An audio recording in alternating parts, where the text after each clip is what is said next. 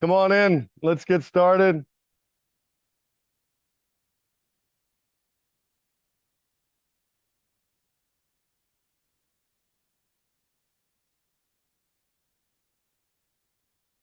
I want to point out a couple of things or mention them again, just to reiterate. Remember, in the Hoover app, there is a survey. And if you don't have the Hoover app yet, you should have gotten an email. You can open it. But we would love for you to fill out the survey, give us some feedback, really critical feedback for us to know how we're doing, what we can do differently, better. Also, if for those of you who weren't here yesterday, or I'll just say it again, please go check out the art installation over there by Lynn Denile, who is donated that work to us. And for those of you who don't also remember or weren't here yesterday, we are looking for a buyer for that work. It's beautiful. Lynn is not wanting to part with each individual piece, but wanting it to be installed somewhere where lots of folks can see it and be moved by it, like healthcare center, clinic, some place where there's a lot of folks kind of moving through that have experience with spinal cord injury. But also, they're out on our table, the U2FP table. There are prints of every one of those, which you can purchase, should you like. So that we could do sort of both. You can actually have some of the work in a print form, but also still honor Lynn's request that the whole work be purchased. Couple other details. You should have a diet card in your name badge. So as we move towards lunch, if you're a vegetarian or gluten-free or only eat steak, whatever it is, put your card out on the table. Few other things. Again, we are very, very grateful to our sponsors, which make this meeting happen. And very specifically, I think you all know, it enables us to keep this affordable for our community. It enables us to provide travel grants so that so many folks with spinal cord injuries can attend and can afford to attend. So please go out and thank our sponsors for being here. Thank them for that specifically. It is critical that we have folks from our community here to enrich the dialogue that we're having. Two more things. Also mentioned yesterday, remember, we have drafted a letter that we will deliver to the Hilton. We've done this meeting. This is the 18th time we've done it. And everywhere we go, there aren't enough accessible rooms, as you all know, which is why we pick the hotels we pick, that they're in a cluster of other hotels. But as you all know, we need better access in these rooms. So we've drafted a letter. It is not perfect. We know some of you have made comments. We really wanted to make it palatable because we could list 20 things, but we just listed 2 or 3. But you can certainly add comments. We wanted it to be something that the hotel, we're going to do this going forward year after year, as long as we do this, to keep reminding hotels that we need to provide access for people with differing abilities. Lastly, as was mentioned yesterday, we would like our presenters to give a visual cue description of yourself when you start. I, Matthew, 6'3", 200 plus pounds, plus. Gray hair, white beard, blue eyes, glasses. Really grateful that you're here. Thanks for being here yesterday as well. For those of you who come today, welcome. We spent a lot of time yesterday talking about spinal cord stimulation, amidst other things. Today, we're starting out with, and a little bit of a stretch, I think, hopefully it'll make sense, with looking at combinatorial therapies. And you see the title in the program. I think it's true. Everybody knows that there's not one silver bullet. There's a combination of innovations necessary to address the restoration of function after spinal cord injury. So we put together today a panel of folks that are actually looking at that. And the last one, which is a stretch a little bit, but I don't think too far, but we'll get to that when we get there. And we'll have a panel discussion to follow. So thank you. I'd like to introduce Bill Murphy from UW-Madison, University of Wisconsin-Madison, to talk about his work in biomaterials and thinking combinatorially and translationally. Welcome. Thanks, Bill. Great. Well, thanks, Matthew, and thanks to U2FP and the whole team here. This is my first time at the U2FP meeting, and I have to say it's such a special and unique community, and I've really been inspired by what I saw yesterday and learned a great deal and met some great people. So thanks so much, Matthew, for inviting me to come here. 6 foot, white male, and although I'll talk a lot about regenerative therapies here, you'll find that I haven't figured out hair regeneration. So that's a visual cue for you. Just a few disclosures of companies that I've co-founded based on some of the work here.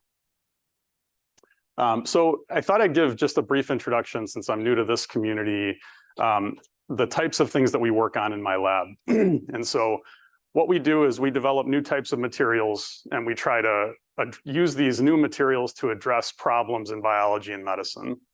And there are a number of different material platforms we've created over the last 20 years. But the fundamental focus of what we do, here we go, is to make materials that help people. And so the guiding practices that we have in the lab, we want robust technical and scientific work, robust meaning that it can be repeatable by folks that are outside of our lab. So translation is really important. An accepted clinical need that we're addressing, significant market potential, achievable manufacturing and scalability, and realistic regulatory and reimbursement. And this sounds overly simplistic, but I think if you read common journals in any field in biology, bioengineering, you very often find that these kinds of criteria are difficult to meet. So we really try hard to have this as our North Star. What I'm going to talk about today are a couple of material platforms that are based on minerals.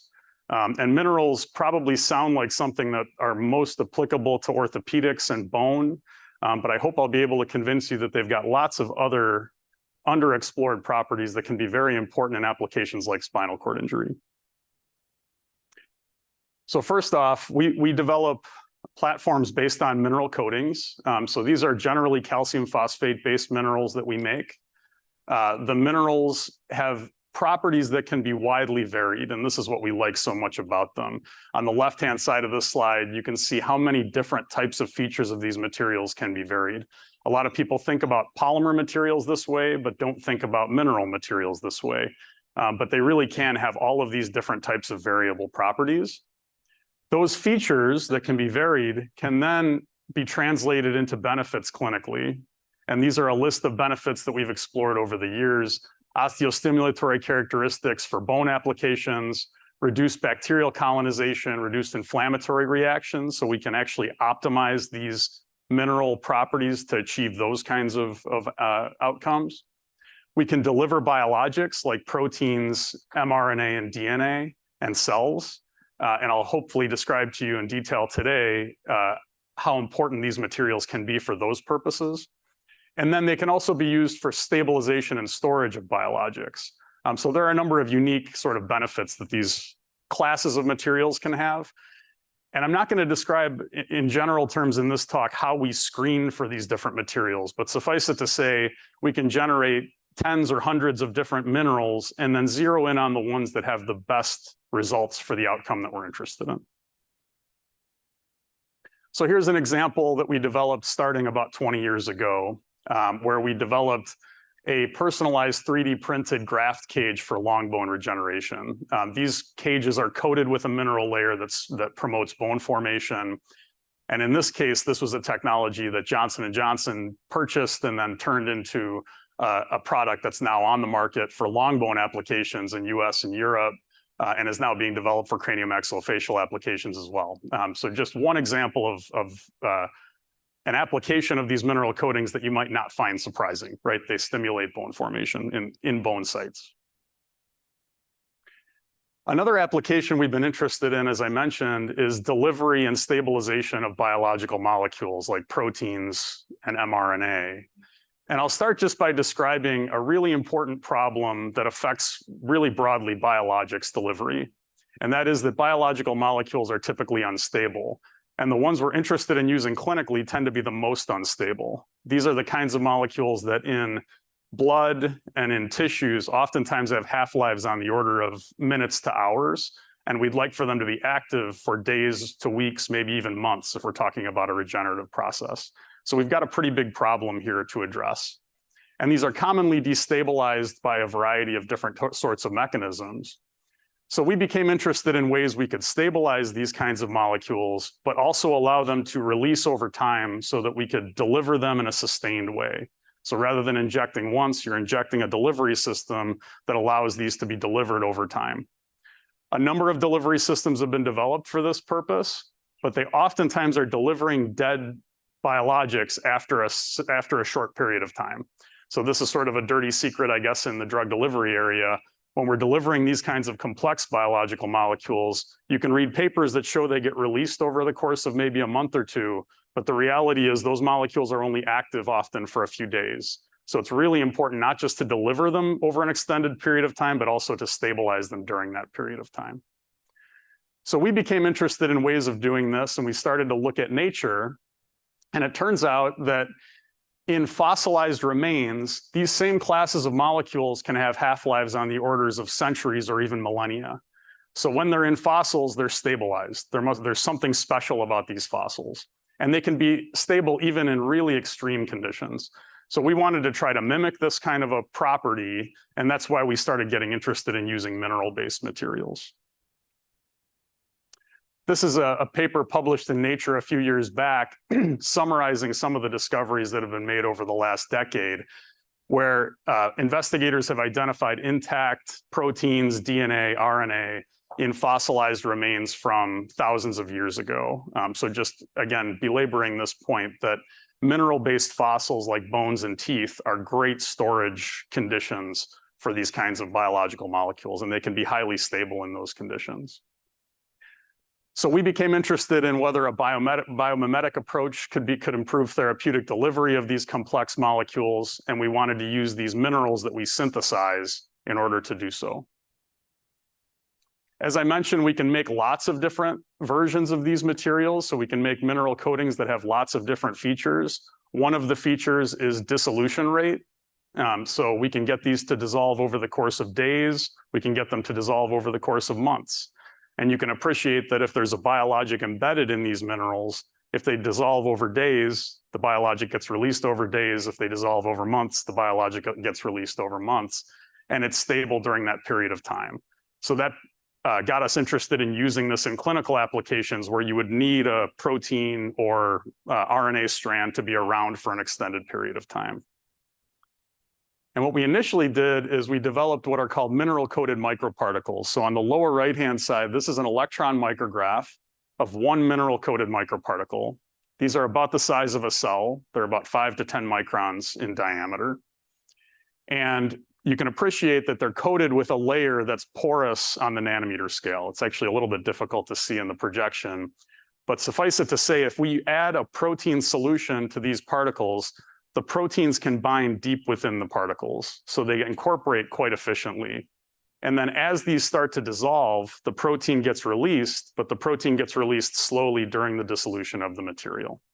Okay, so those are the MCMs. I'll be talking about mineral-coated microparticles, or MCMs, throughout the rest of the talk. On the upper side here is just a representation of basic fibroblast growth factor. And this is a factor that we started with because basic FGF is an unstable molecule. It can have loads of different important biological effects, but it tends to be unstable in biological solutions. So we wanted to see whether we could improve its stability. And we started by really hitting it with a sledgehammer. We exposed it to organic solvents that would normally rapidly degrade this kind of a protein. We also exposed it to enzymes that can chew up the protein, in this case, trypsin. And what we found was that when it was embedded in these MCMs, it remained stable, even in the most extreme conditions. So this was really promising, suggested that we may be able to use this for therapeutic protein delivery. The other thing we did early on is we compared it to a gold standard system that's often used for biologic delivery, which is lactide glycolide microspheres. These are microspheres that can encapsulate a protein, and then when they degrade over time, they release that protein. So we release the protein over time, and what you're seeing on the lower left-hand side is the cumulative release over time. So this is how much gets released over the course of about a month, a little over a month. And you can appreciate that the release profiles are pretty similar. We're releasing an amount of protein over an extended period of time. Where it becomes interesting is when you look at biological activity of what's being released. And I'm not going to get into the details of this assay, but just to indicate the release from these PLG microspheres, the released protein was active for about a week, even though the release was occurring over the course of more than a month.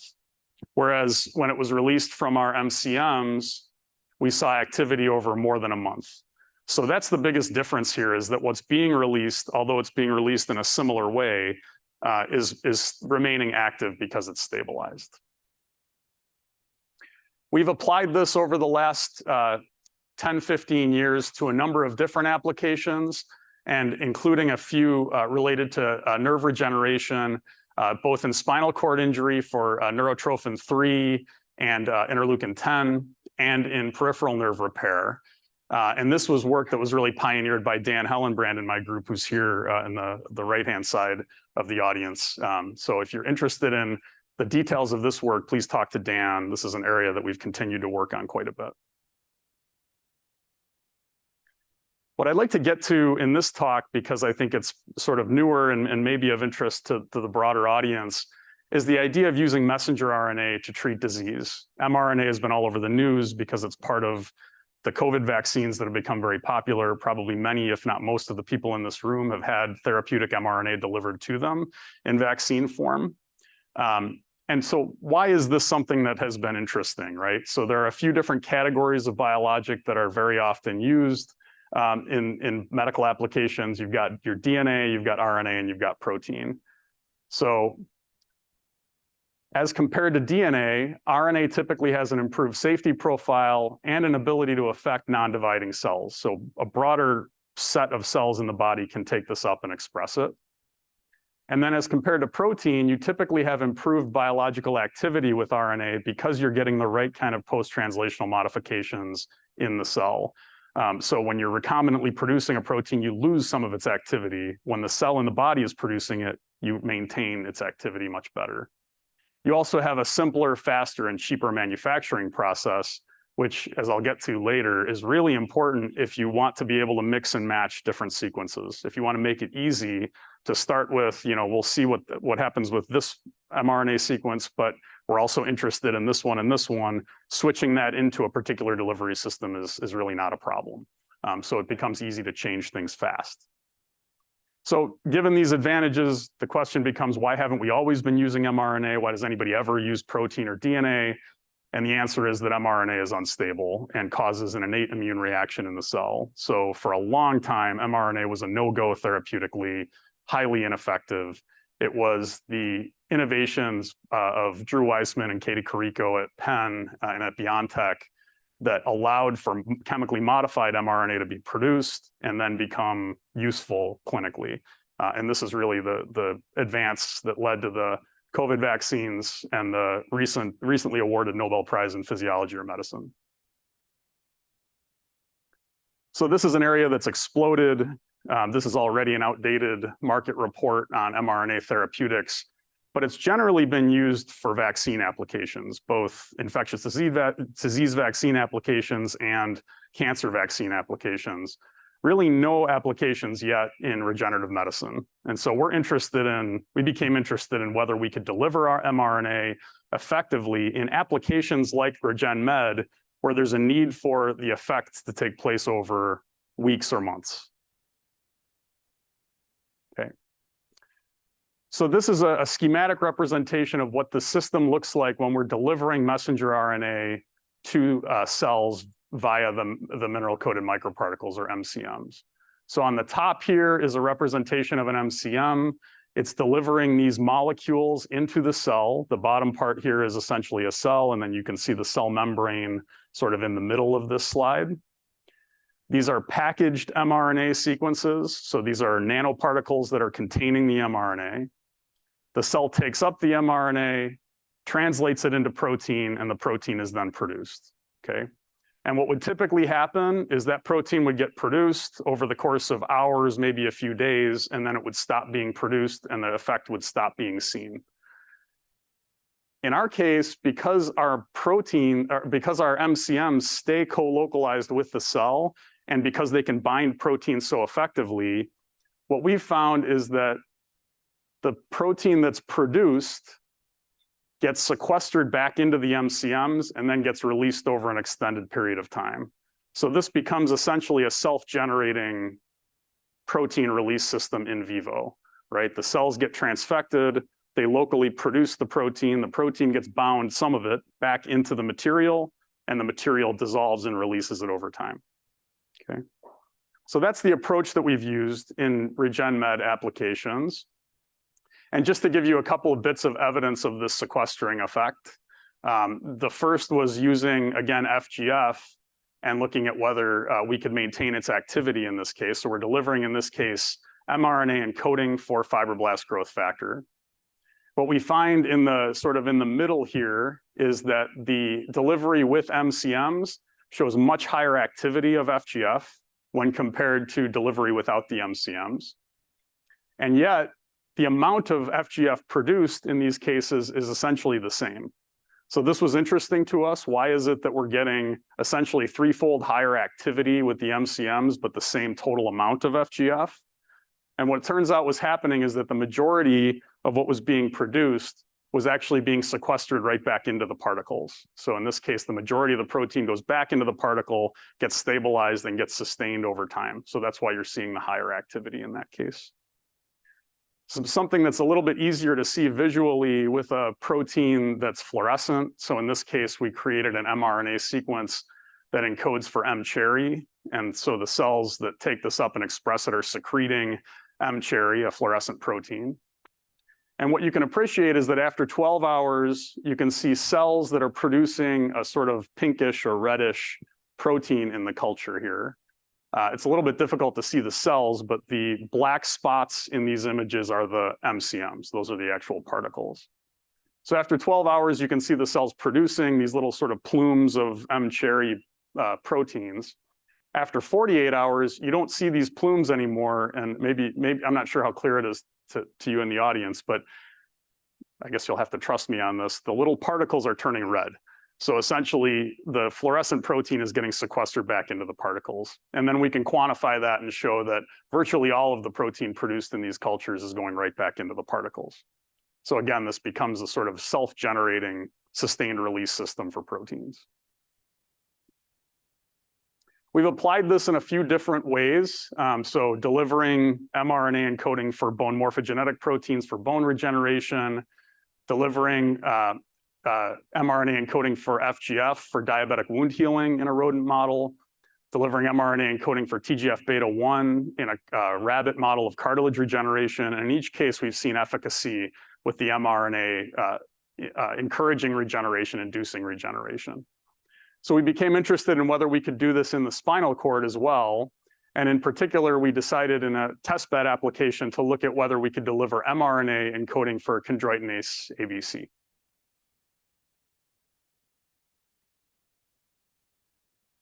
So why were we interested in chondroitinase ABC? I think this audience understands very well the history of this molecule and sort of the reasons behind it. Chondroitin sulfate proteoglycans have been shown in a body of literature to be inhibitory toward axon regrowth, both as part of what's been referred to as the glial scar and as part of paraneuronal nets.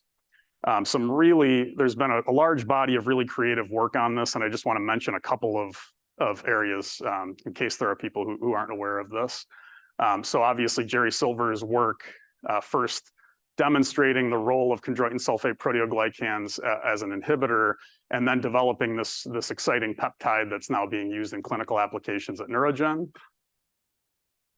And then work from Elizabeth Bradbury's group developing chondroitinase ABC, which is a bacterial protein, but can be modified in ways that allow it to be active in a mammalian system. And her work was really early work pioneering, demonstrating that chondroitinase ABC could be used in a eukaryotic system, but also could have an effect. Okay. So this has led to an explosion of literature in this area. There have been a lot of groups, both in biology and bioengineering, that have been interested in chondroitinase ABC, evolving it so that it becomes more stable, delivering it in a more effective way. But there is a reality with chondroitinase ABC that it's a thermally unstable protein. So it's difficult to deliver in a way that would extend its activity over the course of days or weeks. So we became interested in whether we could address that problem. Just one more example of the potential impact of chondroitinase ABC paper from a few years ago from Mark Tazinski's group, demonstrating some improvement in function in a non-human primate model in which they did multiple injections of chondroitinase ABC in vivo. So again, a fair bit of promise, but some significant challenges to the therapeutic regimen with this kind of a molecule. So we produced an mRNA sequence that encoded for chondroitinase ABC. The chondroitinase ABC was designed to be secreted by the cells. And we looked initially at whether we were producing the protein and whether or not it had activity. You can see here evidence that we were producing the right molecular weight of the protein and that the activity was seen in a simple in vitro assay where we basically achieved translation of the sequence and we looked at whether or not we could degrade chondroitin sulfate proteoglycans. Much more relevant to our interests in the spinal cord, we did some work looking at glial cells. So these are primary isolated glial cells from the rat spinal cord. And what we found is that we could deliver mRNA encoding for GFP, eGFP in this case. So this is another fluorescent protein to show that to determine whether we could effectively deliver mRNA to these cells. And what you can appreciate here is that if we deliver DNA, we essentially get no transfection whatsoever, very, very low levels of transfection. If we deliver RNA without our MCMs, we see significant transfection. And if we deliver RNA with our MCMs, we see a substantial improvement over the mRNA alone, okay? And the bottom line of these data is that the mRNA delivery with the MCMs was about 2,000-fold higher than delivery of plasmid DNA. So a significant improvement over other methods to deliver this kind of a sequence. We also looked at activity in an astrogliosis model. So in this case, what we did is we created a reactive astrocyte system and determined whether or not we could degrade chondroitin sulfate proteoglycans in this context. And you can appreciate that the labeled chondroitin sulfate proteoglycans in red here are much more prominent with no treatment. When we treat with the MCMs encoding for chondroitinase ABC, we essentially eliminate the chondroitin sulfate proteoglycans in this culture. So a couple of different ways this is active in vitro. Our next step was to look at a simple sort of proof of concept model in vivo in rodents to see whether or not we would see activity of chondroitinase ABC. So we looked at a T10 spinal contusion model, really sort of a mild injury. We allowed the injury to establish over the course of a week, and then we delivered our system. So this is not a particularly challenging system to look at delivery, but it is a nice proof of concept to determine whether we saw any activity at all. And what we found initially is that we could deliver MCMs to a particular spot in the spinal cord via stereotactic injection. So on the upper right-hand side, these are MCMs that are labeled with fluorescence. So you can see that they're present here. I'm finishing up really, really fast. And then you can see that we can deliver GFP encoding mRNA in this case. So we can get the MCMs to the spot of the injury, and we can deliver a gene using mRNA. Here's more evidence using whole mount imaging to demonstrate that we're getting GFP expressed right in that injury area. So we can localize the MCMs and the mRNA delivery to the injury. Okay. We saw improvements in degradation of chondroitin sulfate proteoglycans in this model.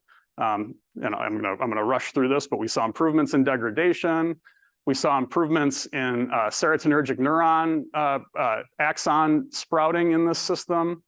And we saw some limited improvement in BBB scoring in this case as well.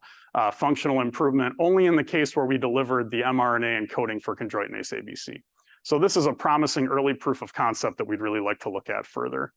One last point I want to make really quickly is that what mRNA allows us to do is very easily mix and match and switch in new sequences. So one of the things we really want to do next is combine chondroitinase ABC with other types of molecules that might promote axon regrowth. And these systems can become combinatorial, and the combination of these things is trivial in this kind of a platform. So we think there's a lot of promise in what the next steps might be. Just quickly acknowledge the funding from mostly NIH and all of the people who did the work, especially Dan and Andrew Khalil. Thanks so much.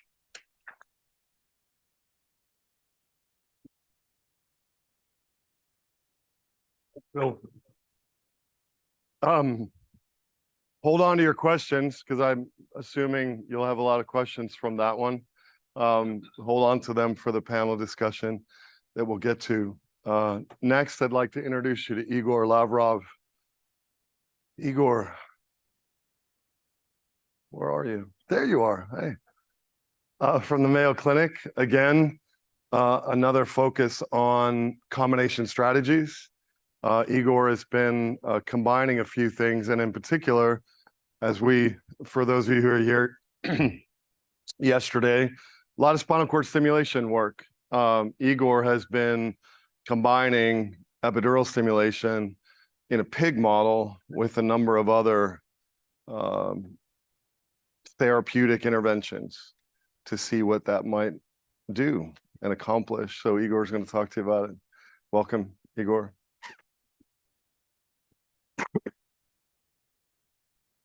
Thank you so much. I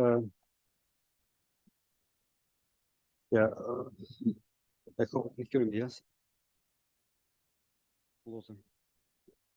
Okay, it's good? Awesome. So let me just find my metrics. 6 feet. It's very small number, sorry. 132 pounds, brown eyes. Thank you. So thank you so much for the invitation. It's a big pleasure to be here. Actually, a very exciting time. Yeah, that's what I not do like this. So I will try to cover a few new directions we've been trying to develop over the last years, specifically on integration, additional therapies with. Is it good? Okay.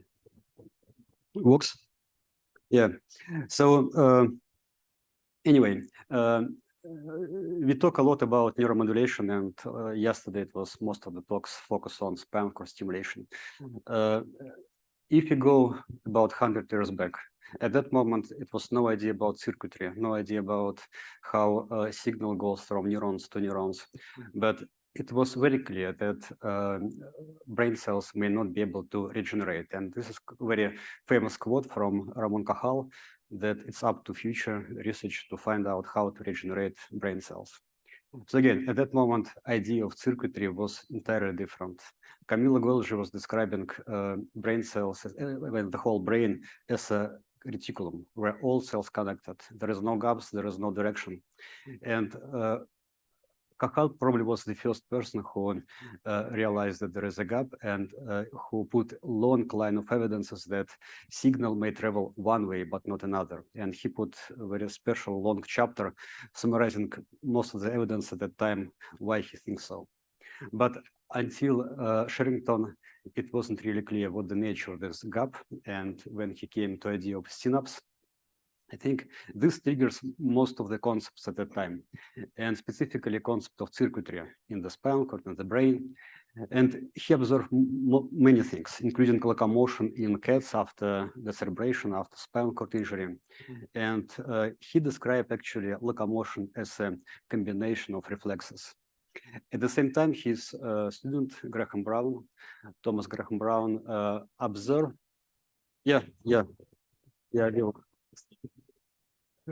Good, thank you. I'll try. So, Thomas Graham Brown at the same time was found that in cats after differentiation, stepping can be also induced, and he came to the idea of CPG, central pattern generator, which now is quite common. We now know that they both actually been right. There is a multiple CPGs in spinal cord, in the brain, and over many decades, I think it was a lot of debates if human spinal cord has CPG. And there is a line of evidence, as you probably know, multiple studies, but I want to focus on one study, which is probably most visual, done by Professor Dmitrievich and Professor Gerasimenko. This is a person who paralyzed, been implanted with electrodes on lumbar segments, which induced this type of very well coordinated rhythmic activity in right, left, flexor, extensor muscles. So again, this is not volitional, person doing nothing, but stimulation was able to facilitate this type of movements. So again, this data is in combination with other data led to ideas that human may also have CPG, central pattern generated in the spinal cord. And I want to quickly talk about another study. It's Garcia-Rill team. At that time, they published a line of papers on cats locomotion. And I put actually entire abstract, because if you read those lines, they demonstrate our current state of understanding and expectations. First, epidural and subdural stimulation of the dorsal surface may elicit locomotion. I just put some key messages from this abstract. Lumbosacral enlargement stimulation induce hind limb locomotion even after hours from injury, again, acute, subacute phase. And finally, those findings suggest a method that may be applied clinically. So again, this is 1992. And this paper was extremely exciting for me when I started my PhD with Professor Gerasimenko, and we did a line of studies on multiple models, primarily initially on cats, then amphibians, and then moving to UCLA, we did a lot of studies on rats with guidance of Professor Edgerton. And you know that from rat to human, it was fast jump. May I ask you to run this video, please? Again, you know the studies, first study from Professor Harkama from Louisville, and then those data being replicated at Mayo, our work with Peter Gran and Mayo team. So what I want to focus here on, so those patients, when they got stimulation, when they got stimulated first time, they can initiate stepping or some level of flexion extension. And they can do some robust movements, like in this video. You can ask them to increase volume of motion, to change frequency, to start it, to stop it. But if you ask them to control one joint, it's extremely tough. It goes to the whole leg movements. So again, there is some type of very basic command that brain sends through the injury to the spinal cord to CPG. And those commands pretty much yes or no, start, stop, increase, decrease. So again, this may be due to limited number of fibers. We still don't know what type of those fibers. We still don't know how much fibers needed. And we still don't know what we can improve if, let's say, we grow new fibers. Would help at all, right? But apparently, most of things coming from presence of those fibers. So just to summarize, those supraspinal connectivity is important. What type of connection, where it goes, how it goes, there are many questions. Also, we need to consider that circuitry when we stimulate is important. For some cases, when injury is very low, like on lumbar segments, we usually don't see benefits of stimulation. And also afferents, again, we know that in most of cases, we activate afferents, and this is important to consider. So all those components became more important when we talk about regeneration. And I will focus my next slides on a few approaches we've been trying to develop to improve regeneration and combine with spinal cord stimulation. So I want to quickly go through a study that's already quite old. It was published probably 2-3 years back. So we try to combine most of available techniques to grow fibers through the scaffolds in rat. And then we put electrodes, we train rats on treadmill. And the design was quite complex, actually. We put scaffold with Schwann cells expressing GDNF, then with ribamycin to prevent from scar formation. Then it was combined again with stimulation and training on treadmill. So what we found that rats that been just stimulated, they have some improvement, but very minimal. Rats that got scaffold, same. But when we combine both, we saw improvement earlier, much earlier compared to other groups. And another key, you can see actually based on gray line is a combined group. And what's also important, when we look for number of fibers, it was about the same with stimulation and without stimulation. So basically, when we apply stimulation to facilitate stepping at lumbal segments in this model, we get focal activity, but it doesn't really helps to regenerate more fibers. So another point I want to emphasize from that study. So when we train those rats with combined scaffolds, Schwann cells, and stimulation for weeks and weeks, and then they develop some level of stepping. So then we did second retransaction. And you may see that the quality of stepping after second transaction wasn't bad. It was very close to before retransaction. And if you look comparison between this group, this combined therapy, and EES stimulation only, then it was much better. So that means that those new fibers, they apparently not just go down and control something, right? They changed circuitry. And that circuitry became more tuned to sensory inputs, became more tuned to some rhythmicity. And this leave us capacity to step even after a transaction. So again, this is something that happened more complex over time. So now, quite important question. We know many data that have been generated in mice and rats. Some of those data, some of those therapies been translated to clinical trials. And pretty much none of those clinical trials been successful. So still, this question that patients ask, I think it's very common, and you probably hear this time to time.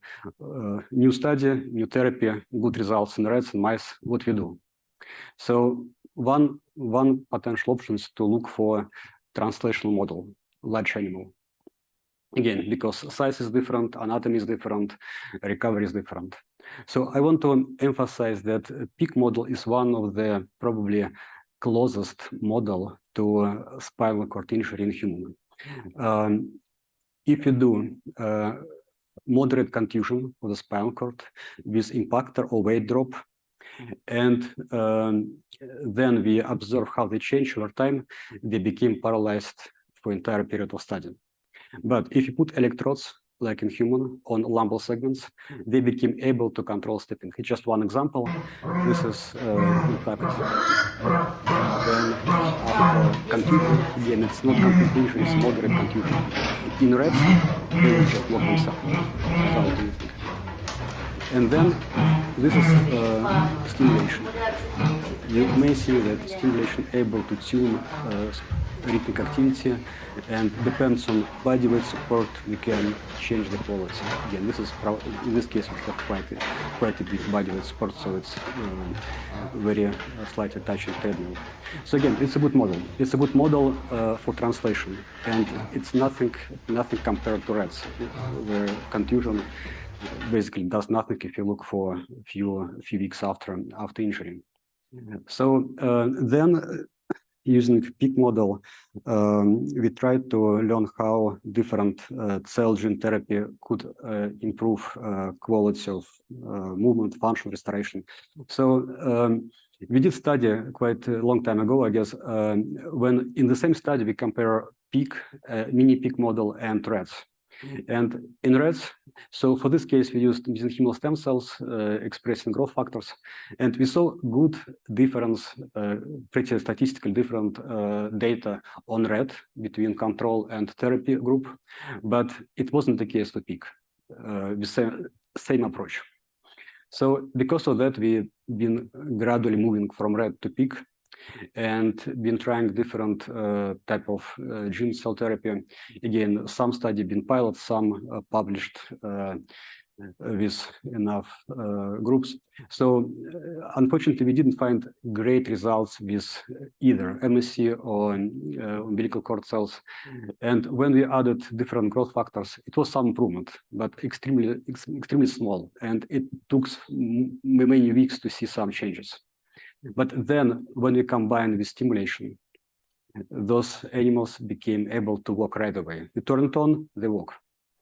And most of those studies we conducted in collaboration with Professor Islamov. And then we came to the idea that maybe something can be changed in cell therapy itself.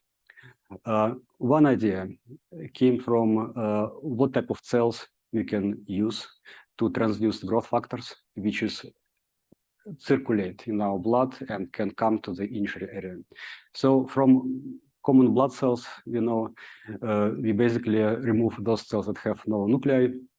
We remove cells that have some problem with transduction, and basically we live with monocytes, lymphocytes, and they could be transduced and express growth factors. So there are a line of benefits with this approach. First, it can be prepared in advance. You take blood cells, you prepare the selective concentrate and storage. Then it could be also introduce IV multiple times. You don't need to focus on this window when patient on the table to inject cells in the spinal cord. So again, there is a line of benefits. Limitation is transductions takes time, like for all other therapy. So we've been looking to what extent GFP could be present in injury site. And we use two models, stroke, both rats in this case, stroke and spinal cord injury. And in both cases, we found GFP, green cells, exactly at the area of injury. So apparently, because of damaged blood-brain barrier, we have some time interval when those cells could be delivered to the right spot. We still don't know for how long it will take, for how long we have this window. So it's another question.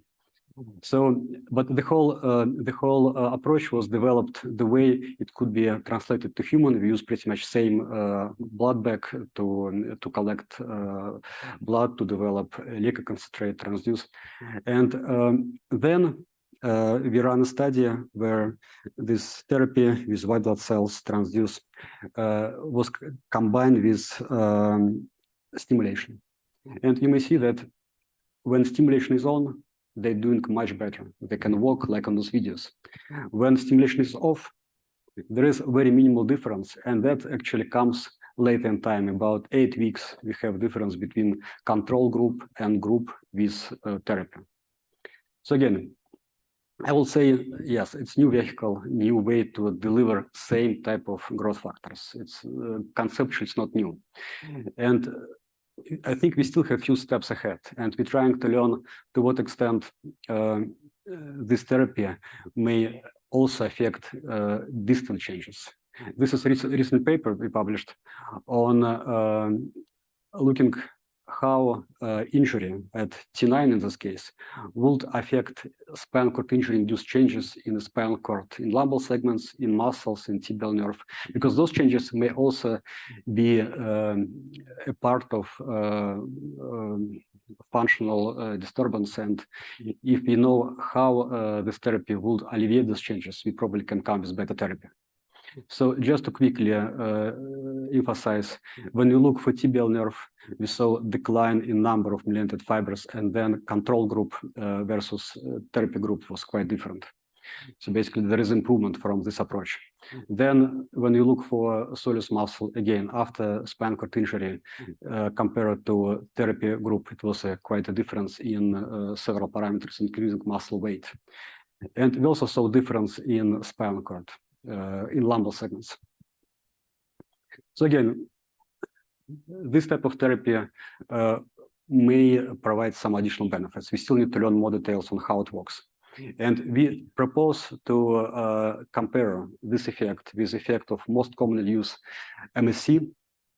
Again, I'm not a big fan of MSC, but since it's very commonly presented in multiple studies, I think it's what we may accomplish. And then also learn how this type of therapy will affect distant changes, and also if it will change immediate and long-term effect of stimulation. So next study I want to discuss quickly at the end. So it's kind of new for me. Maybe it will be new for everyone. It's neuroendocrine mechanisms. I think this whole neuroendocrine story was ignored in the field of spinal cord injury. And at the same time, there is a line of data that hypothalamus pituitary system may affect spinal cord and could be used to improve symptoms after injury. So there is a classical dogma in neurology, right? When we have injury on one side, let's say on the right side of the brain, we have problem on the other side, right? And vice versa. Left, we have problem in right. Same about spinal cord. If we have one side injury or some asymmetric injury, we have more symptoms presented on one, but not other side. So this is classical dogma from textbook, but there are a line of data showing that there is another mechanism, neuroendocrine mechanism related to motor deficit. If you do complete spinal cord transaction in rats and then induce injury on one side of the brain, after 3 hours, we see flexion on contralateral leg. If you do injury on other side of the brain, after 3 hours, plus minus, we see flexion on opposite side. Again, this is after complete transaction, so we have all those fibers gone. So then, if in the same model we remove pituitary, so this doesn't happen. That means something goes through endocrine mechanism. And most of this data been collected by Professor Bakalkin and his team over the last, I will say, about 20 years. And those data emphasize that if you learn more about neuroendocrine mechanisms of motor deficit, we probably can develop some platform for future therapy. So I want to show just a few basic facts about this mechanism. If you use specific opioid antagonists, they actually can alleviate motor deficit induced by right or left brain injury. Like in this case, delta antagonist may alleviate left injury, and mu and kappa alleviate right injury. So if you do opposite, if you inject agonist after complete spinal transaction, we actually can induce deficit. And you may see here, deficit could be induced by on right or left side of the animal, depends on what type of agonist we use. And again, this is due to some asymmetry in expression of receptors in the spinal cord. So most of those data been collected so far in acute phase, basically a few hours after spinal cord injury or TBI. So we still need to learn to what extent this could be observed and corrected with pharmacology in chronic phase. And we develop a very complex system where animal can be maintained on a treadmill with body weight support. We can analyze kinematics, kinetics, open field, and specific electrophysiological metrics. So this all will be used to evaluate motor asymmetry after this type of injury. So there are a few lines we're trying to think through right now, and I will say first goal to learn if there is a long-lasting effect. Basically, when we use control cortical impact after spinal cord injury, to what extent those motor changes happens in a few weeks after injury. So then, to what extent we can use antagonists to alleviate those changes in the chronic phase. And then we come to spinal cord injury.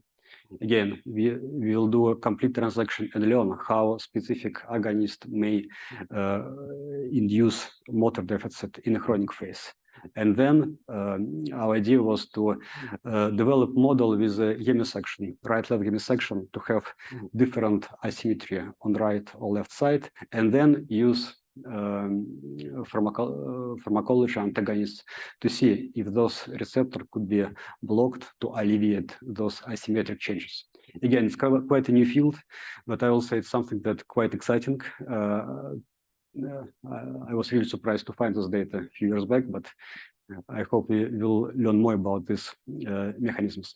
So again, just to summarize, we still have a few steps to consider over treatment, right?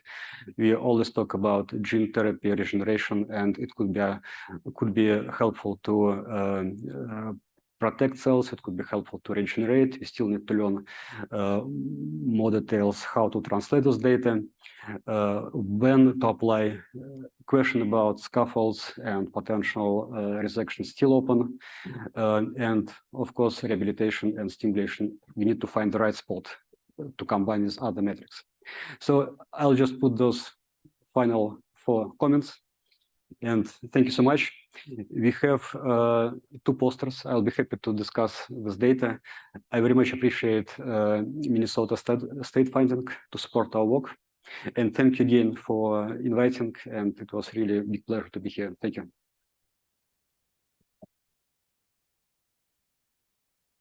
Thanks, Igor. Thank you. David, come on up. We're going to hand off. Can everyone hear me? Check, check, check. Not yet. Check, check. All right. So really quickly,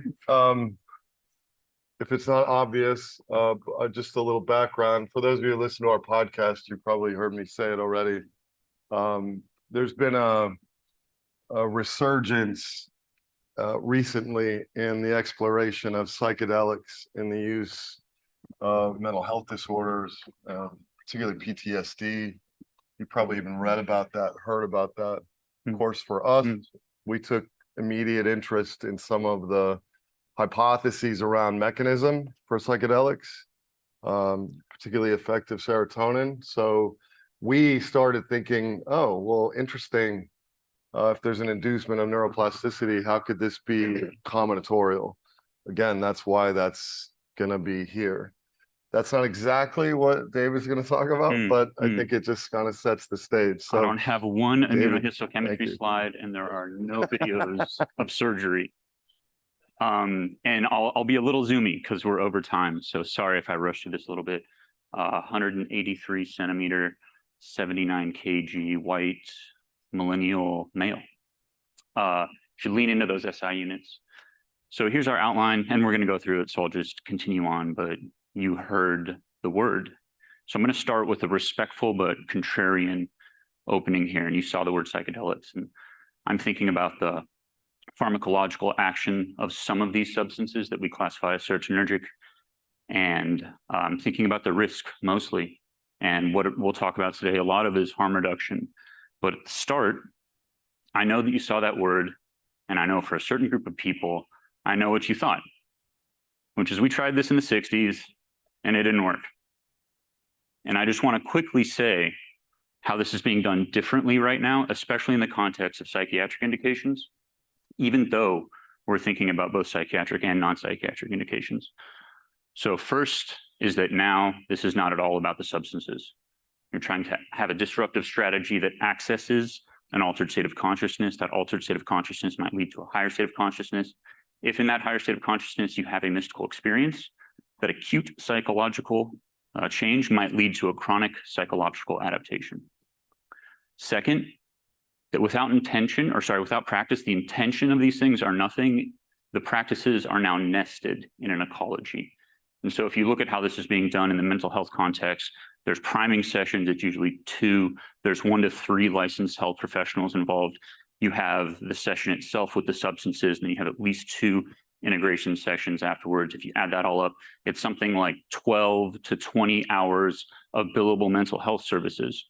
This is not take one in the morning or take one at night and come see me in the morning, let me know how it went. So we'll just put that out there. Okay.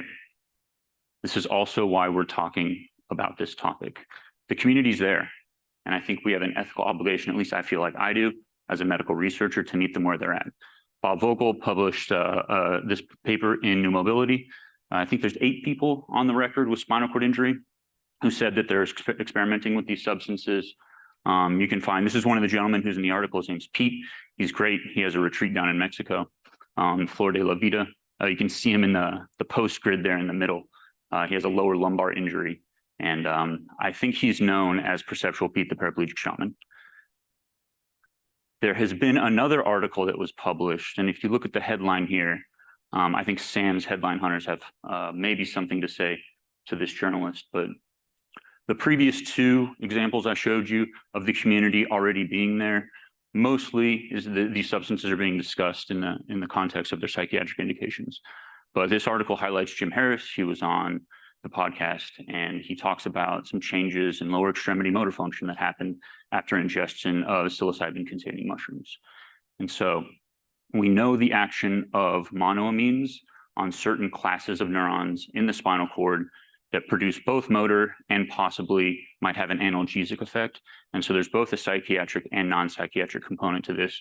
And then when it comes to this panel on combinatorials, Devin Colbert here is a hobby neuroscientist. That's how he describes himself.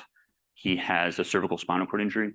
And he was invited actually to come for various reasons. He's super active in his community. He could not come and be here on stage with me. He was planning on doing so. And if you just check this, we're going to get into it. We don't have as much time now, but he has this beautiful vision of how these substances could be part of a combinatorial approach. And part of what he's saying does make sense. And he does ask scientists to come and participate with him. And he even says, call him out on what he's getting wrong. And so that's why we're here on this panel. All right. But the thing I'm here to represent scientifically is harm reduction and the population-specific safety profile of these substances, because if the community's here, they're experimenting with these things. I am very accustomed to FDA indication-seeking trials, and you start with risk and you move toward reward. So if we look at people who are neurologically intact, not people with spinal cord injuries, these substances their pharmacological toxicity is pretty much unknown in humans because they are pharmacologically very safe. So here's an example of a case study that was published recently. It's a woman who took intranasal 55 milligrams of LSD. Just to put it in context, a standard recreational dose oral would be 250 micrograms. She was supervised by her roommate, who I think probably should have taken her to the hospital. And after 36 hours, her symptoms fully resolved. She was incoherent for about 12 hours. There was some vomiting, and aside from that, there were no other symptoms. I think it takes 6.5 mg per kg IV in a cat to kill that animal with LSD. So pharmacologically, we think of these substances as extremely safe. However, let me tell you a short story. There's 2 gentlemen, they're in San Diego. They both have spinal cord injuries. They go down to the beach. They have their buddies bring surfboards. They sit on the beach. They're on the sand for a reason. They ingest psilocybin-containing mushrooms, and they're on the sand so that they can fall over. They're going to fall because they have spasms so strong that they can, quote, stand on them like crutches. And that's a story that I heard from some of the journalists from the stories that I previously referenced. And so when I heard about this, I thought about spasticity. Yes, like Devin, I thought about the excitability of alpha motor neurons in the spinal cord, which maybe could be something that we want from a motor neuromodulatory effect, but I thought of risk as well. And so we started with this, conducted a survey with this medical student, Param. Shout out to him. There's a picture of his thesis that was submitted and accepted. And Param, the aim of the study was to characterize self-report recalled spasms after self-administration of serotonergic psychedelic substances in adults with chronic spinal cord injury. Param, like a good medical student and a budding scientist, did an extensive review, found all the ways that you get validated measures that you can use to measure spasticity in spinal cord injury. We identified 2 that fit with the recall and with the time frame that we wanted to learn about spasticity. A lot of these ask about like in the last month or the last week, or we wanted a smaller time window. We then took this and administered this survey to 29 people via the internet. You can see their characteristics here. We'll zoom through this because we're a little bit over time. Here's the take-home results. If you look at all these figures, you're going to see a similar pattern. There's 3 independent validated clinical scales for the measure of spasticity. And we asked them to report this before ingestion of the substances, at peak effect of the substances, whatever they classify that as, and 24 hours after ingestion of the substance. These are box and whisker plots, and the red line in the plot highlights the median. And so you can see that there is an acute and transient increase in spasms after intake of these substances that these people are reporting. So this is the Penn State frequency scale, frequency measure, severity measure, and then on a visual analog scale, we have the same results. Statistically, the outcomes were same across all the scales. And so this is the conclusion from that study. This is an acute and transient increase in spasticity after ingestion of these substances that these people are self-reporting. Okay, but we know from the community, they've been telling us, it's more than just spasms. And so in this study that was in, us digging into some forums on Reddit and Shroomery, recently published in the journal Neurotrauma Reports, we approached the risk profile in this population as something that would be like a peripherally dominant serotonin syndrome. And in doing so, you can see digging through the literature, we had a great neurologist on the team for this. You have a list of these symptoms for serotonin syndrome. And of those, just to summarize the results, everyone with the cervical and upper thoracic spinal cord injury in the examples we could find online was reporting spasms. And many people are going to be also reporting higher blood pressure, increased heart rate, and reduced body temperature. And those three things combined with the spasms might be a constellation of risks that we should all be very attuned to when it comes to people that we know with spinal cord injuries who might be diving into this themselves. So in this conclusion, the experience of autonomic and neuromuscular hyperactivity underscored by those spasms is consistently reported by people with spinal cord injuries after intaking serotonergic psychedelic substances. I'd like to just highlight that Beckley Foundation highlighted the results of this paper, which is awesome to see because often things in spinal cord injury land tend to stay in spinal cord injury land. And this was us being like a little bit evangelical to the larger community and saying, hey, look, you know, from this community, we can learn more things about these substances. So that was really cool. And then at the end, we're just gonna conclude here in my Zoomy version of this presentation with some thoughts on the risk-reward interactions. So we do want to characterize these very population-specific risks, so far as I know, that have been characterized in no other population, because there could potentially be some rewards. So the question I want to ask at the end here is, do the risks matter? So do they matter in the sense of medical safety is one question. So I showed you that list before of serotonin syndrome-like symptoms, but are those AEs, adverse events, serious adverse events? Maybe it's spasticity and it's not problematic. Maybe you have tachycardia and that's okay. That could be the case. And I'll just highlight this. After publishing the paper, we were contacted by a group of therapists from a country where the use of these substances is legal and integrated into therapeutic practices. And these people said that they had worked with a man with a cervical spinal cord injury. He'd had his injury for quite some time. He had worked with the therapist for, I think, 20 sessions before he ingested psilocybin-containing mushrooms to facilitate one of their mental health sessions. When he did so, he had a response that required the team to acutely hospitalize him. I cannot release the details of that yet because the Institutional Review Board to access his medical records is in submission right now, but we are working on this case. We will publish it. And I will say the team of therapists themselves are traumatized because they feel like they put this person at risk, but there was no way for them to know that he could have had these responses, because if you dive into the literature and you ask what's the pharmacological toxicity of these substances, everything says good to go, just don't walk in front of a bus, right? So people need to know about this. So this was, I think, really important thing that came out of this. But do the risks matter also in the context of the potential benefits? And I'll just say that there's our hypothesis, but I'll summarize it verbally. We have an ongoing study asking people with spinal cord injuries about both risks and rewards, and a preliminary analysis has shown that the symptom load is inversely correlated with the perceived benefits from these substances. So it could be that if you are having these responses, they're distracting you, the substances are forcing an altered state of consciousness, but with these symptoms that are occurring, you can't have that mystical experience. You don't get the mental health benefits from it. So just point that out, and thanks to Rob in the back for helping out so much with that. So there's my conclusion. Hopefully you have time for for questions.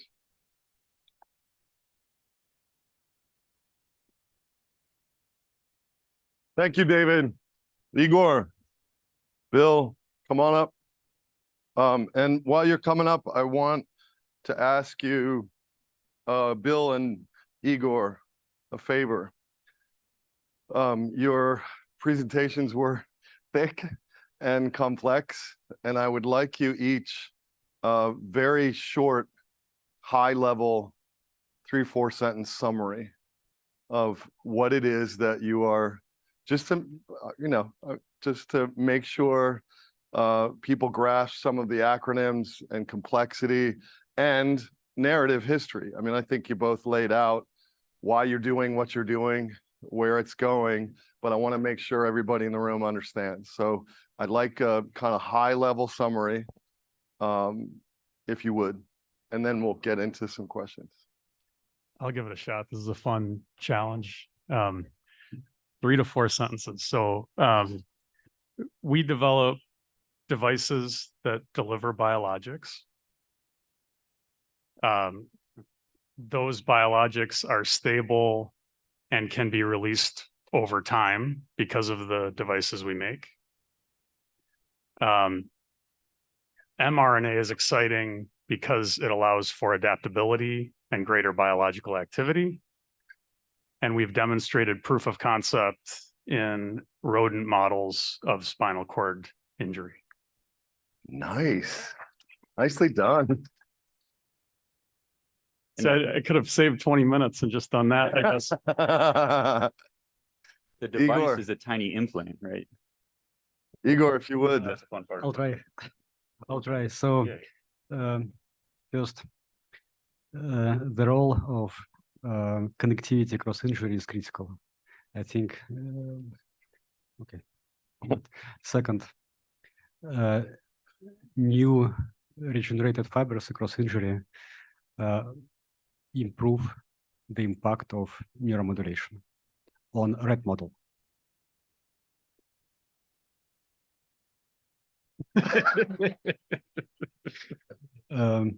Third, we see difference between rat and pig model when it comes to regenerative therapy, and new type of gene cell therapy could also make impact in a translational pig model.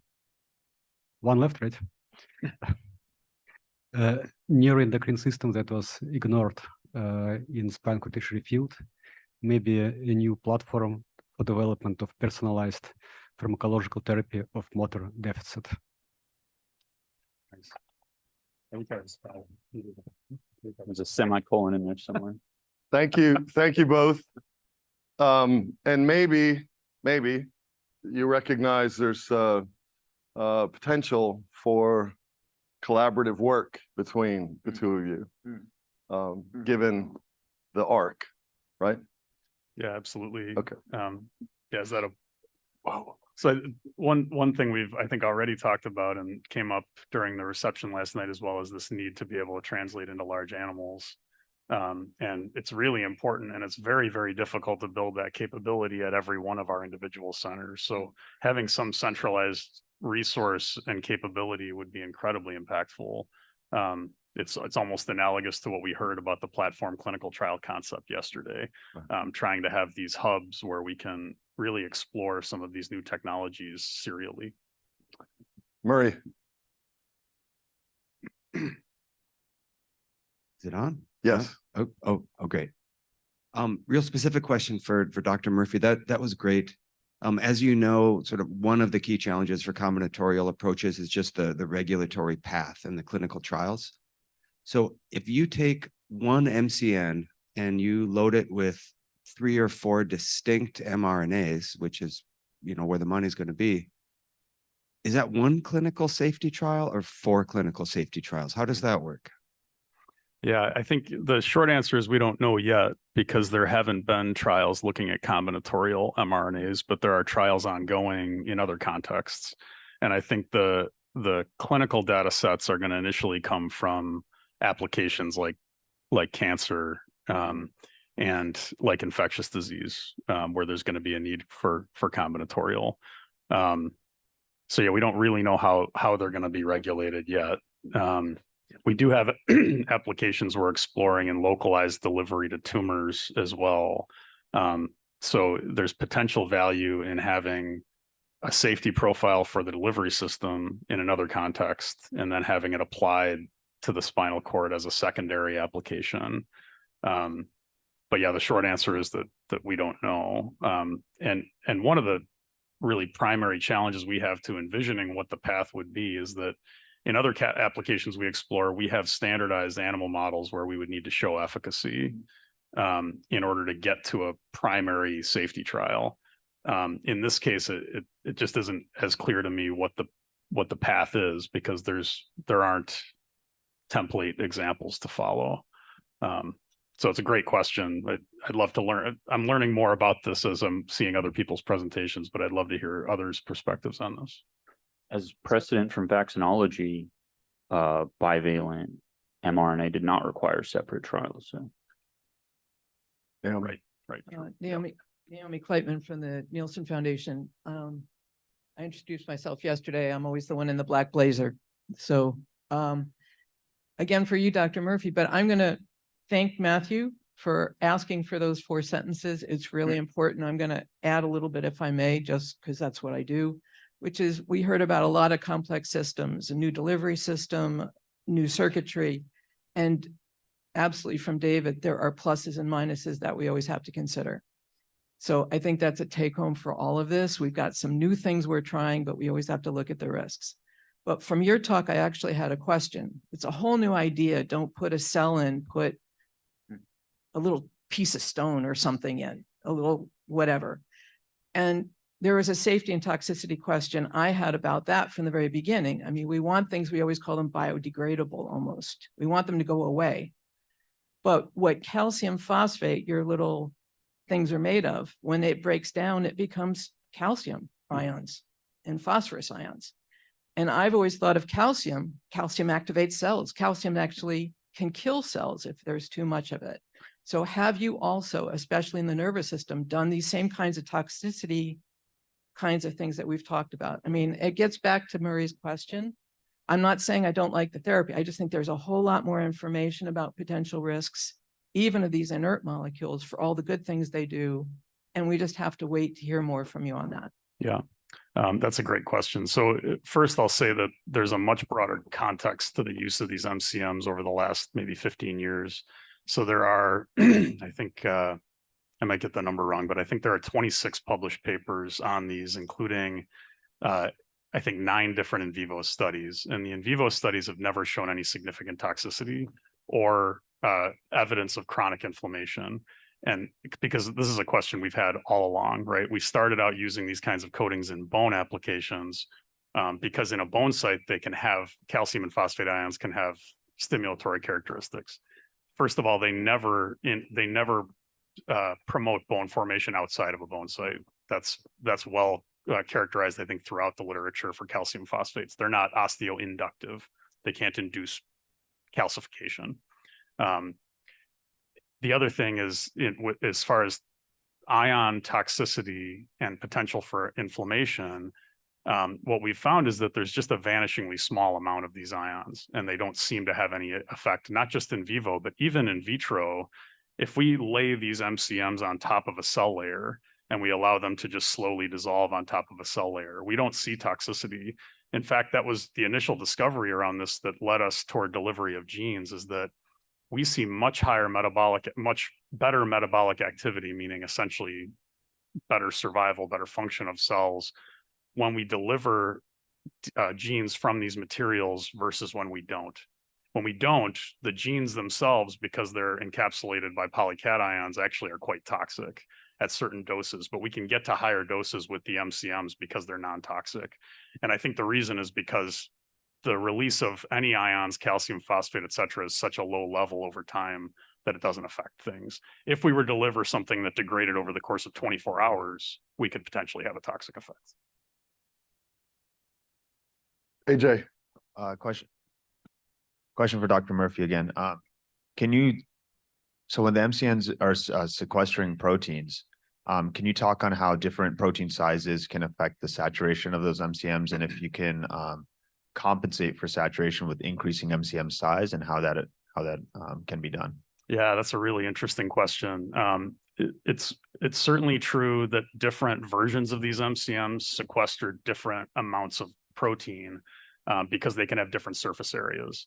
But one thing to appreciate is that the porosity of most of these coatings is on the order of hundreds of nanometers, between 100 nanometers and maybe a micron, which is way larger than any of the proteins we want to deliver. In some cases, it can be on the order of the size of an mRNA lipoplex. So that becomes interesting because then, you're really, the biologic is about the size of the pores, and you have to be kind of careful with that. But in most cases, the proteins that we work with have hydrodynamic radii on the order of a few nanometers, which is 100-fold smaller than the pore size. So we get really efficient binding, but so it's not affected by size as much as it is affected by the isoelectric point of the protein, how charged it is and how much it can bind. Aaron? Hi, my name is Erin Clark. I'm a first-year PhD student in biomedical engineering at Cleveland State University. I really liked all of your talks. It was really interesting. My question is also for Bill Murphy. Kind of goes along with what Naomi brought up, but you use calcium phosphate-based minerals. Have you thought of using other types of minerals? And if not, why not? Yeah, that's a great question. We've used calcium phosphates as a platform, but I should say the reason why we haven't used essentially a different starting, general phase of mineral is because there's such an ability to dope these. I didn't get into it at all, but you can dope these with fluoride and make them highly stable. You can dope them with citrate and actually have the biological effect of citrate, which is really interesting as well. You can dope them with carbonate and make them degrade really fast. We can dope them with silver and make them antibacterial. So there's all kinds of ways that these can be changed. And therefore, we just haven't had the need to change to a different type of mineral. But it would be kind of neat. I mean, even things like, we've thought about things like, rare ions to incorporate into these and see if they have a biological effect, because then they could be released slowly, et cetera. So there's lots of wild ideas we could explore, but we haven't had a need to change the platform. As a plug, you discussed that in your CureCast episode, right?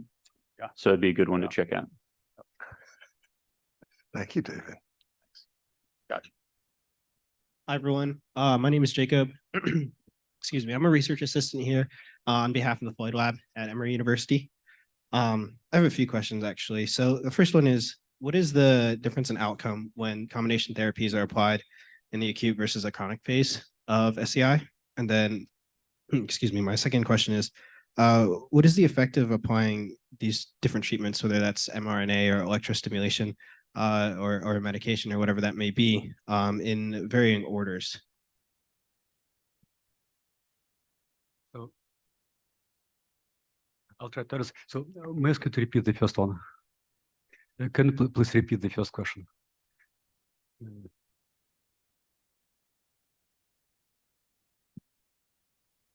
Yeah, sorry, you're asking for the first question? Mm-hmm. What is the difference in outcome when applying these combination therapies in the acute phase versus the chronic phase of spinal cord injury? And that may be less applicable to stimulation, is that it takes time to get that in, but particularly with like a hormonal therapy or a medication or an mRNA where that could be more easily applied during the acute phase.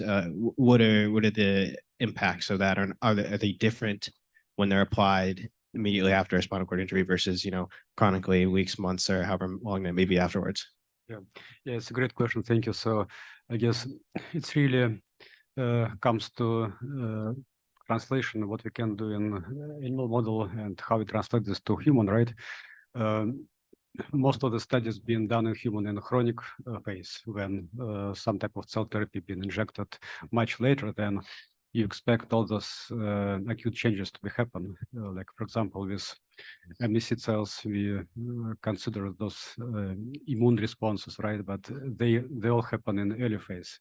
So again, what we can do in animal model could be to some extent different from what can be done in human. So the question how to merge it, how to make it close as possible. Like, for example, one question we been trying to address, like do injury first, right? And then provide some recovery for animal, not like a few weeks like we always do, but maybe a few months. But that comes to a lot of efforts, a lot of animal care, and increased price of the whole study tremendously, especially if it speaks model, right? So again, this type of study probably will be important, but is it realistic? Again, I'm not sure if there is a capacity to fund this type of study. So we always trying to kind of get around those complex issues. Yeah, but again, on the other hand, we trying to look for any type of therapy that potentially could be applicable at different time points. Like again, if you need to focus on local injection, yes, then we have to do it during decompression. But if it's something that can be injected IV, then it could be repeatably produced, injected and produce growth factors over time. So again, but again, I will say it's just basic translation things. They should come with more clarity on what the impact. I'm not sure if I was able to address, but plus it also depends on model. I will say it's different between at least chronic rat and chronic pig model. Yeah.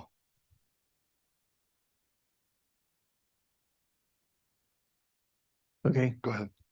Then we'll get to you. I'm Dr. Dale Hall. I'm a partially paralyzed old guy. I'm executive director of a outpatient rehab facility. So it's a couple of questions for David. I'm aware that when studies have done our EEG studies with people taking psychedelics, what used to be thought was hyperactivity of the brain, we now know is actually a calming effect of the brain, which allows these so-called mystical type of experiences that people have. So the first question is, are you aware of any studies of those types of evaluations of people with spinal cord injuries to compare the results of an EEG study? And then the second thing is, obviously there's a big movement among individuals with spinal cord injuries for the use of cannabis to reduce spasticity. And that's happening obviously all the time. And that would be a concern when you evaluate these individuals who may use psychedelics, that they're not cross-contaminating with other medications that may be influencing the results on spasticity. Absolutely. If anyone's interested in going deeper on the first question, just Google default mode network. Definitely the entropic energy landscape, which is the kind of language used in that field, is shown to be net reduced in response to ingestion of these things, so that signals between areas are going to travel more easily with less resistance. So that fits with what you're saying. It's been known since, at least so far as I know, 1964, that the same receptors that these substances bind to in the brain exist in the spinal cord. So the imaging studies in the brain are one thing. I think that people with spinal cord injuries most likely would have a response that's similar in the brain. Is that happening in the spinal cord? Is one big question I have, and I don't know how to do those imaging studies in the spinal cord. I don't, but that is a question that I definitely have. In response to your second question, I use the term serotonergic psychedelics, thinking about these substances pharmacologically. Culturally, cannabis might be classified as something that alters your state of consciousness, but it binds to completely different receptors. And yeah, I know therapists who get mad if their patients with spinal cord injuries don't consume cannabis before they come in, because then they're so spastic they can't even move them, right? And we wouldn't want that to happen. So that's why I'm pointing at spasticity as a risk. But I do also think that spasticity in a way is a serendipitous behavioral assay for alpha motor neuron excitability in a spinal cord. So it's pointing at something that's happening there. So it's a wink, but it's probably not something we want in the clinic. Yeah. Well, I was just going to really quick comment that part of the reason why We invited David and originally Jessica, part of a group that's looking at this in, a working group. It's looking at psychedelics. After attending the Society for Neuroscience in the fall, I went right to the posters on psychedelics, mostly PTSD, depression, anxiety, addiction. And it was really, really interesting to read the abstracts, to talk with the students, because so much of the things that were brought up actually in your two presentations, words like paraneural net, PNNI, there were all these things that were synergistic in what they were doing in those populations, and sort of could quickly see an overlay for SCI. So I just want to comment on that. Question here. Is this? Yes. Okay, now, hi, my name is Kate Fernandez, and in the theme that Matt Roderick has been doing, I'm a 5'1" Filipina wearing a red blazer, and I'm also a doctoral candidate from Mayo Clinic. So sorry, Dr. McMillan, this question is for Dr. Murphy and Dr. Lavrov. And so some other fields such as Alzheimer's have been moving towards using a dirty mice model as their immune systems are more representative of an adult human to kind of combat how therapies have been failing at the translation stage. So have you been doing any studies that compare the outcomes of dirty and clean mice models? Again, it's not that I'm aware of. Yeah, sorry. We haven't we haven't looked at those kinds of models. Yeah, I don't have any deeper insights into it than that we haven't. Yeah, it's an interesting point though, because there are immune related mechanisms that we're missing in these models, or at least we're not modeling in the same way as we would in a human system. So I'm sure there are relevant questions, but yeah. Fibrotic scar formation for sure is going to be influenced by these things. Yeah. Right. Thanks. What are dirty mice? I guess so. I don't have a mic. So basically, typically in a normal clinical setting, what they use is a clean mice model, which means they have absolutely no. Sorry, I don't know if Am I audio? Okay. So basically, typically in these scientific basic models, what they use is a clean mice model. And so basically that takes out a confounding factor, which is the immune system. But a lot of these kind of therapies, such as like in Alzheimer's, they've worked in mice, take it to the translational stage, and it's failed. And so one of the thoughts behind that is that because they're not representing what a typical immune system looks like. So Alzheimer's, which I talked about, is looking at, okay, how do we get our mice models to look more representative in humans? Because obviously we all have immune systems. They're functioning to some certain extent. So that's kind of a move forward that Alzheimer's have been using, is using dirty mice to have more of a immune system that represents more you and me, rather than something that doesn't have an immune system at all. I want you to hold on to that comment. Go ahead, because we're going to have a discussion later in the day on regeneration. And I want you to think about some of this discussion as we enter into that discussion, and kind of pique your interest about models. We did have some presentations last year at our meeting on variability in rodent models, gender, dirty, wildness, instead of the pristine lab setting. Thank you, gentlemen. Appreciate it. Thanks for the questions.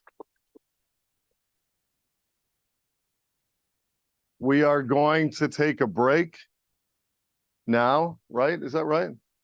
Yeah, good. So again, reminder, go out, talk to the sponsors, talk amongst yourselves, continue the conversation, and we will come back in about a half hour. Thank you.